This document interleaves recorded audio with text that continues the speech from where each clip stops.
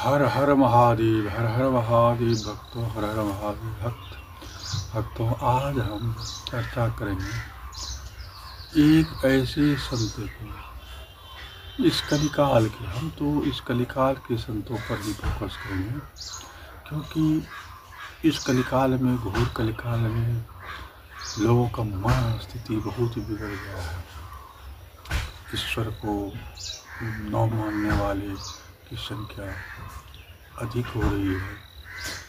लोग खान पान रहन सहन सब कुछ खत्म हो रहा है। ऐसे में ईश्वर उनको एक ढोंग लगता है, सनातन धर्म उनको एक छल लगता है।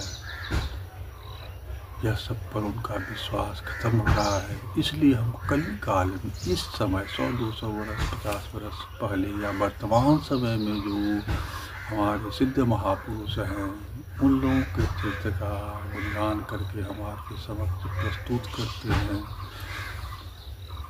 जो कि अनुकरणीय है, जो कि सराहनीय है, जो सर्वविदित है, लोक प्रसिद्ध है, विश्व प्रसिद्ध है। ऐसे महात्माओं का चरित्र लेकर के हम आते हैं। तो आज उसी क्रम में हम एक संत के दिव्य चरित्र का श्रवण करेंगे। भक्तों, हरि अनंत और हरि कथा अनंत, बहुविधि कहेंगे सुनहि सब संता। हरि की कथा, हरि भक्तों की कथा अनंत है, एक दो नहीं, अनंत है। और भक्त भी अनंत है, संत भी अनंत है। सब जो है तो अपने वाणी की सार्थकता के लिए, वाणी की सुविधा के लिए उनका गुणगान करते हैं, उनका श्रवण करते हैं, कीर्तन करते हैं, स्मरण करते रहते हैं। एक ही कथा, एक ही लीला को बारंबार कहा जाता है, सुना जाता है, और बारंबार सुनना भी चाहिए। जितनी बार आप श्रवण करेंगे, जितनी संतों के विद्वानों के मुख से आप कथा श्रवण करते हैं, उसी तरह का आपको ज्ञान भी दिखता है। ये कथा लाखों बार सुनेंगे तो भी आपको उसकी जो है उस प्यास में डूबेगी। एक ऐसी कथा है, कथा है। ये मनुष्य का जीवन दुर्लभ है, अति दुर्लभ है मानव जीवन में। उसमें भी भक्त हो जाना, उसी भी कथा श्रवण करना, भगवान कीर्तन भजन करना, सत्कर्म करना, ये तो और भी दुर्लभ है। उसमें भी इस कलिकाल में, इस घोर कलिकाल में, जहाँ मलिच्छों का साधन प्रसादन होने लगा है, हो चुका है। उसके बीच में भी हमारी जो सनातनी है, देखते हैं कि एकदम अकड़ के बोलते हैं, जत्र बोलते हैं। सनातनी का क्या महत्व है, क्या इसका विज्ञान है, क्या इसकी शक्ति है, अगर थोड़ा सा मेहनत करेंगे तो आपको समझ आने लगेगा। इसलिए हम इस कथा का प्रचार आप लोगों के माध्यम से करना चाहते हैं। आप लोग भी इससे जुड़ करके अपना समय सार्थक करेंगे, ऐसा हमारा उम्मीद है। आज का जो दिव्य कथा है वह है एक संत की कथा है, विप्र ब्राह्मण की कथा है, जिनका नाम है हरिपाल विप्र। हरिपाल विप्र, हरिपाल विप्र एक बहुत धनाढ़ ब्राह्मण थे, काफ़ी धनाढ़ ब्राह्मण थे, लेकिन उनका पूर्वजन्म का संस्कार बहुत अच्छा था, जिसके कारण वो ब्रह्मचर्य रहना चाहते थे। बचपन से भी चाहते थे कि शादी विवाह नहीं करेंगे, बिना शादी विवाह के आजीवन हम भगवत सेवा करें, संत सेवा करें, गौ सेवा करें, ब्राह्मणों की सेवा करें, दीन दुखियों की सेवा करें। ऐसा ही उनका मन बचपन से था। वो शादी करने के लिए तैयार नहीं थे और अपनी समस्त संपत्तियों को वो भगवत कार्य में लगाने के लिए तत्पर रहते थे और करते थे। उनका यह दृढ़ निश्चय था। उसी बीच में भगवान की लीला तो लीला है, भगवान के अनुसार से चलना ही पड़ता है। एक विप्र कुल की कन्या ने भी विवाह न करने की कसम खाई थी कि हम भी विवाह नहीं करेंगे, और यदि करेंगे तो ऐसे आदमी से विवाह करेंगे जो कि प्रतिदिन 1000 संतों को भोजन कराता हो। अर्थात वो कुछ धर्मात्मा हो। महाराज युधिष्ठिर के जैसा इसका आचरण होगा, वैसे मनुष्य से शादी करेंगे।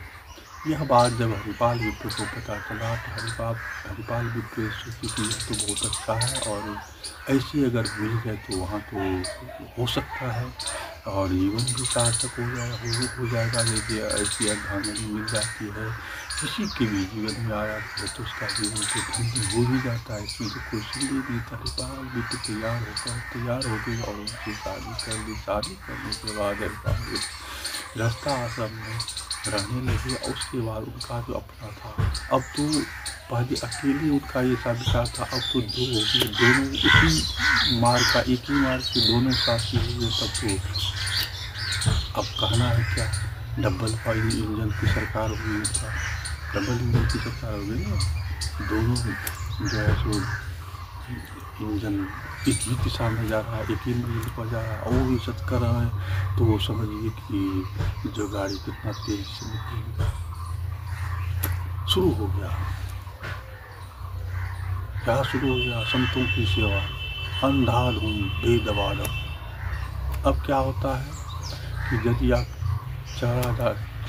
चिड़िया को ही चारा डालने लगेंगे तो वो देखेंगे धीरे धीरे बढ़ने लगा। जब वह भोज भंडारा करने लगे तो दिन डेली बढ़ता ही जाता था उनका अतिथि सत्कार।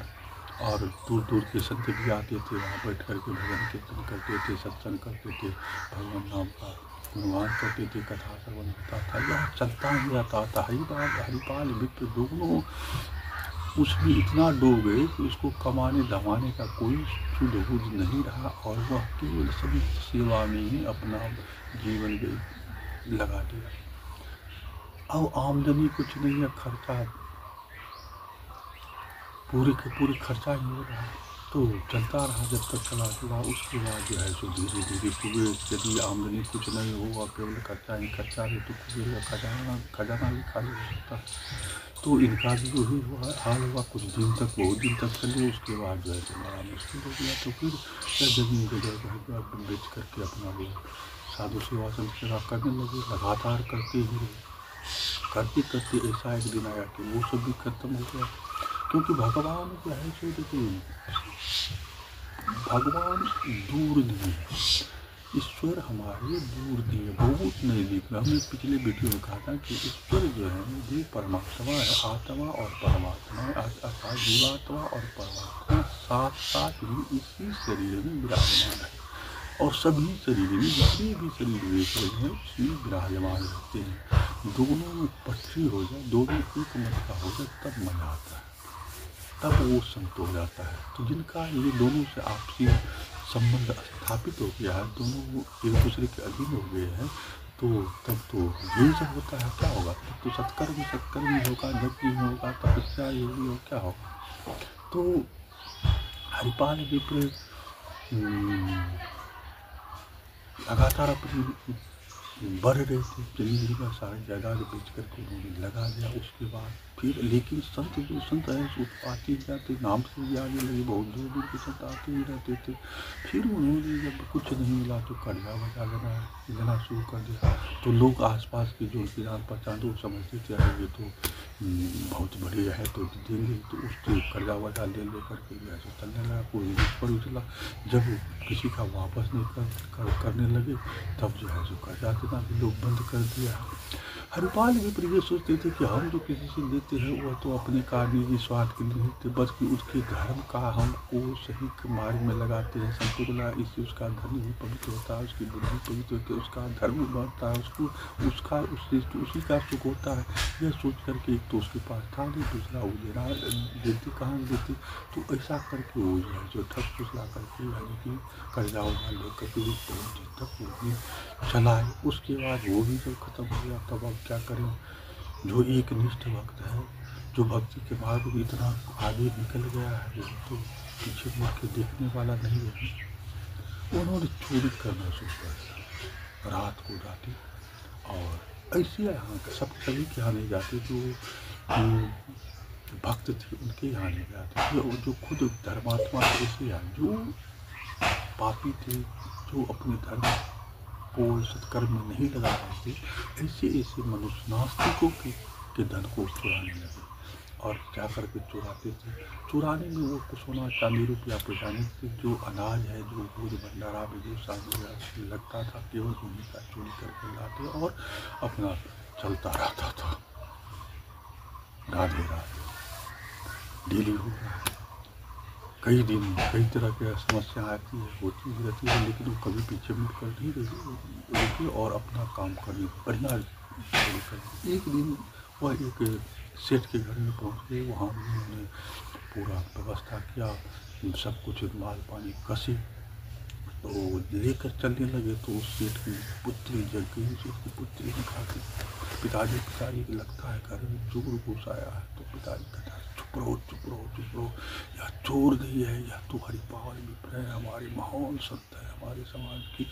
हम तो कब से चाह रहे थे, घर खोल कर सोचते थे कि कभी उनका चरण हमारे घर में पड़े, जो हमारा भी कल्याण हो जाएगा, हमारा घर भी पवित्र हो जाएगा, हमारा वंश भी पवित्र हो जाएगा, इसलिए हम सोचे चुपचाप। लेकिन यह बात उनकी हरिपाल विप्र के कानों में भी पहुंच गया।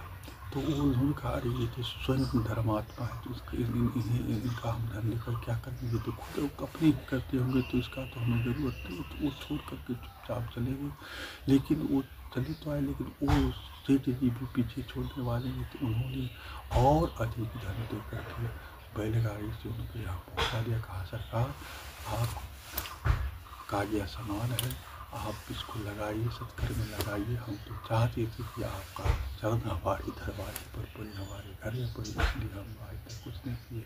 आज मेरा आपका चरण कभी मेरे घर में पड़ गया, हम कृतकृत हो गए, आप लुटाइए जितना लुटाना होता है। फिर उन्होंने काफ़ी सोचा, वो भी किया। उसके बाद भगवान तो वो जांचते भी रहते। एक दिन ऐसा समय आ गया कि ढेर के ढेर सारे संत आ गए और घर में कुछ नहीं है। अब ये तो अपनी आदत से लाचार थे, दीने का समय था, रात का रहता तो कहीं हाथ साफ कर लेते, लेकिन तो दीने त्योहारी पहुँच गए। ठीक है, तो पत्नी को कहा देखो कुछ है, तो कहा मेरे पास तो कुछ नहीं। तो उनके पास देखा कि उनके कार में छोटा सा सोना का था कुछ, तो कहा कि इसी को आज बेच करके तत्काल बाल रोग का व्यवस्था कर, उसके बाद हम देखते हैं कहीं पर। तो कह करके वो निकल गए, लाठ लेकर के, पराठा लाठ लेकर के निकल गए जंगल में लेकर के, और मन ही मन द्वारकाधीश को याद करती, प्रभु आज मेरे यहाँ इतने सारे संत आए हैं, बैठे हुए हैं, वो सब भूखे रह जाएंगे, कैसे होगा। द्वारकाधीश सारा करके वो निकल रहे हैं, जाकर के मेरा खड़ा हो गया। द्वारकाधीश तो अपने भक्तों को कभी नहीं छोड़ते हैं। तो भक्तों का ऐसा कहा गया है कि वो तो नर्क में भी चले जाते हैं। आपको पता ही होगा, आप जानते हैं उत्तरा के गर्भ में भी वो प्रवेश कर चुके हैं। गर्भ का स्थान कितना खतरनाक होता है, लेकिन वहाँ पर भी भगवान अपने भक्तों की रक्षा के लिए पहुँच जाते हैं परीक्षित महाराज को। तो वो तो कभी हरदम देखते रहते हैं। हम आप जो सुनते हैं या जो करते हैं, वो भी उनकी नज़र से बाहर नहीं, वो भी जानते हैं कि यह किस तरह से क्यों कह रहा है, इसका क्या भाव है कहने का। उनसे वो तो अंतर्यामी है, उनसे तो कुछ भी छुपा नहीं है। तो वो समझ गई कि आज मेरा भक्त जो है सो व्याकुल है, परिस्थिति में पड़ गया है, दीनावस्था में दुखी हो गया है। तो अपने भक्तों को कभी हमारे द्वारकाधीश दुखी देखना नहीं चाहते हैं, चाहे कोई भी रहे। तो तुरंत उस सेठ के आवेश धारण कर लिए और सेठ की तरफ पगड़ी उड़ी बांध कर गोता पजामा बांध करके पूरा जेवर तेवर खूब सोना चांदी का अंगूठी गहना तेरा सब अपनी बांध दिया, तैयार हुए। तो रुक्मिणी कहती है प्रभु आप सेठ का वस्त्र धारण रूप धारण करके कहाँ जा रहे हैं। कहा तुम लोग तो औरत हो, कहीं भी जाओ तो टोकती थी, तुम्हारा के लिए क्या कहीं जाने के लिए टोका जाता है, जाते टाइम नहीं टोकाया, किसी जतरा खराब हो जाता है संपत्ति को। नहीं तो वो अभी बताइए कि आप कौन कहाँ जा रहे हैं। कहा देखो आज मेरा एक परम भक्त है जिसका मैं दर्शन करने के लिए जा रहा हूँ। तो रुक्मिणी जी कहती सरकार आपके दर्शन के लिए तो ब्रह्मा जी शिव जी भी ललायत है, समस्त देवी देवता ललायत रहते हैं, और आप ऐसी कौन सी भक्त हैं जिसका दर्शन करने के लिए आप जा रहे हैं। हम भी आपके साथ जाना चाहते हैं। तो भगवान ने कहा देखो तुम मेरे भक्तों को पहचाना तुम्हारे बस का बात नहीं है, तुम नहीं पहचानोगे, पता नहीं किस मूड में होंगे, क्या करेंगे नहीं करेंगे, तुम नाराज। कहा नहीं नहीं हम आपके साथ ही। कहा ठीक है चल रहा है, चलो फटाफट तुम भी सेठानी का रूप झाट करो, खूब जेवरदार सोना चांदी हीरा मोती जवाहरात सब पहन के तब चलो। तो दोनों आदमी तैयार हो गए इधर हरिपाल भी जो है सो लाठी लटका करके द्वारकाधीश करे प्रभु रक्षा करो हमारी संता कहीं भूखा न रह जाए। ये विनती में पड़ी हुई थी। आँखों बंद करके अपना खड़ा जो कोई से रास्ते से जाएगा तो उसको लूट करके ले जाएंगे, छीन करके ले जाएंगे, खिलाएंगे अपने साधु संतों को, भगवान के भक्तों को सेवा हो जाएगा। तो द्वारकाधीश तत्काल वहीं पर प्रकट हो गए, वहाँ प्रकट हुए थोड़ा अगल बगल में। तो हवा आया क्योंकि उसके शरीर में काफ़ी जेवर था, तो उनका आवाज़ से उनका आँख दिखता है, अरे कड़वा सीट आ गया, वो बनारस सीट है, इसका शरीर में काफ़ी आभूषण है। जब इसके शरीर में इतना आभूषण है तो घर में कितना होगा, ये तो बहुत धनी का अच्छा है। श्रीपाल बोलता है तत्काल कह कहाँ जाना है, तो कहा देखो हमको जो है सो इस जंगल को पार करना है। सुनती है यहाँ एक बहुत बड़ा डाकू रहता है, उसका नाम हरिपाल है, और वह लूट लेता है। तो हमको जो हमारे पास काफ़ी संपत्ति है तो हमको लूट न ले, इसलिए जो है तो तुम हमको हट्ठा कट्ठा वाला हो तो तुम हमको इस जंगल टपा दो, तुमको जो लेना है मजदूरी चाहिए गरीबी है। कहा ठीक है ऐसी बात तो है, तो कोई बात नहीं है, तो आप एक काम कीजिए। कहा कि आप जो है तत्काल हमको कुछ दीजिए मजदूरी पहले, ताकि हमारे घर में कुछ संत लोग साधु संत सब है तो उसको मैं व्यवस्था कर दूँ, फिर अब आपको जंगल टपा देंगे। तो कहा कोई बात नहीं, वो 2-4 ठो जो है असर की उसे दे दी। कहा असर की 2-4 ठो दी तो बाली अरे जब इतनी छोटी सी काम पर इतना देता है, इसका बहुत मालदार पार्टी है। तो ठीक है आप रुकिए, अब तुरंत देखा। उन्होंने तुरंत आकर के घर में दिया और कहा कि तुम बढ़िया से इसका चकाचक भंडारा करो, हम आते हैं। अब तो इनका हौसला बुलंद हो गया क्योंकि पार्टी मिल गया था आज। तो हरिपाल भी करीब वहाँ पहुँच गए, कहा चलिए। कहा देखो यहाँ 3 शर्त है, एक शर्त ये है कि तुम आगे आगे रहोगे। कहा क्यों? कहा कि इसलिए कि आगे आगे अगर कोई चोर आएगा, बदमाश आएगा, या कोई जंगल है कोई शिकारी जानवर ही आ गया तो तुम आगे में मेरी रक्षा करो। दूसरी बात यह है कि हम पीछे पीछे चलेंगे तो अपने दोनों मियाँ बीवी हैं, दोनों पति पत्नी है, तो क्या बात करें मेरी बात की, तुमको क्यों सुनना है, क्या देखना है, हम अपने चलेंगे।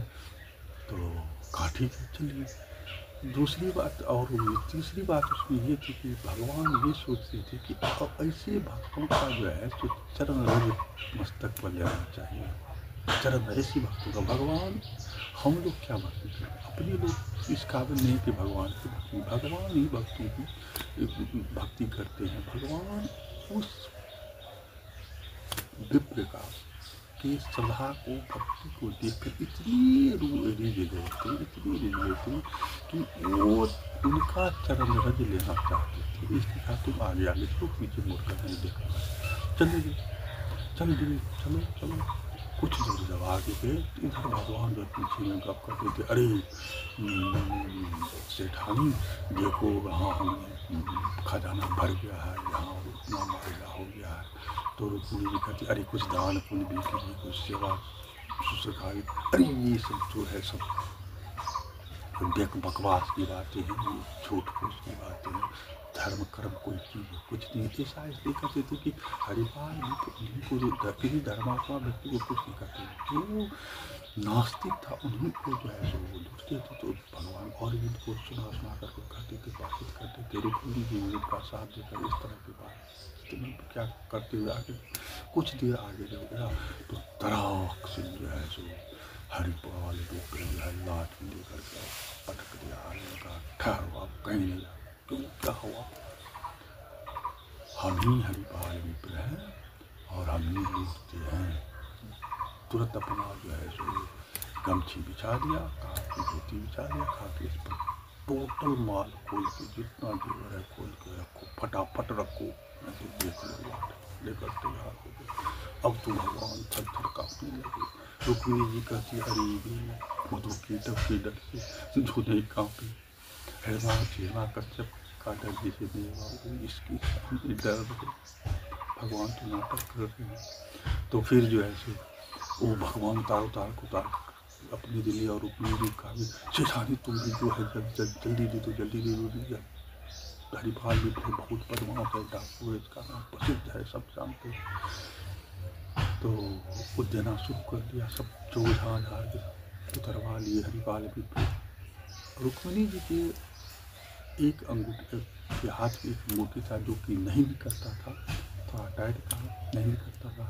तो कहा देखो ये तो हम नहीं मानेंगे, काट के होगा, तोड़ के होगा, फोड़ के होगा, जैसे हम उसको निकालेंगे ही। तुम अच्छा होगा कि हम तुम्हारा स्पर्श नहीं करें, तुम अपने से खोल के निकाल दो। जब रुक्मिणी जी नहीं देने के लिए तैयार हुआ तो हरिपाल ने जबरदस्ती उसका हाथ छीनना चाहा। रुक्मिणी जी क्रोध में आ गई तो भगवान तत्काल वहाँ द्वारकाधीश प्रकट हो गए। द्वारकाधीश जब प्रकट हुए तो रुक्मिणी जी भी अपने रूप में प्रकट हो गई। अब तो हरिपाल तुरंत सरकार हमसे तो बहुत बड़ा अपराध हो गया, भयंकर अपराध हो गया, आपने हमें छल लिया है, आपने हमें ठग लिया है, अब तो बहुत कुकर्मी हो गया, आपको ही लूटना चालू कर दी है। तो भगवान ने कहा नहीं हरिपाल, हम तो तुम्हारे जैसे भक्तों के लिए सर्वस्व न्यौछावर करने के लिए आए हैं। आज हम तुमसे लूटने के लिए ही आए हैं, तुम्हारी भक्ति से बहुत प्रसन्न है, अति प्रसन्न है। आज तुम लूटो, दिल खोल के सब लूट लो, जल्दी लूटो और जाओ। यह धन तुम्हारे पास अक्षय रूप रहेगा, जब तक तुम होगी तब तक यह धन रहेगा। जितना मर्जी सेवा करो, संत सेवा, विप्र सेवा, ब्राह्मण सेवा, गौ सेवा करते रहो, कभी यह खत्म नहीं होगा, ले जाओ इसको। तो हरिपाल ने देखा कि भगवान बहुत प्रसन्न है, तो कहा सरकार प्रभु ये तो ठीक है, आप मुझ पर प्रसन्न है, आप कृपानिधान है, आप दयालु हैं, आप मुझे साक्षात रुक्मिणी जी सहित मुझे दर्शन दिया है, लेकिन एक बात और आपको मानना होगा। तो कहा क्या मांगो? कहा देखिए जिसके कारण हमने आपका साक्षात्कार किया है उसको यदि ये बात का पता चलेगा, हम ये सारे धन को लेकर के जाएंगे और कहेंगे हम उसको झूठ मूठ तो नहीं, हम तो यही कहेंगे साक्षात द्वारकाधीश जब तुम्हें संपत्ति दिया है तो वो क्या कहेगी कि तुम कितनी निष्ठुर हो, कितनी बेईमान हो, कितनी धूर्त हो, कि अपना तो दर्शन कर लिया लेकिन मुझे दर्शन नहीं कराया। तो कृपा कर प्रभु आप चल करके उनको भी दर्शन दे दीजिए, यही हमारा आपसे विनती है। भगवान तो भगवान है, उनके लिए कुछ भी अधीन नहीं है, वह तो अपने भक्तों के ऊपर सदैव न्यौछावर रहते हैं। कहा ठीक है चलो।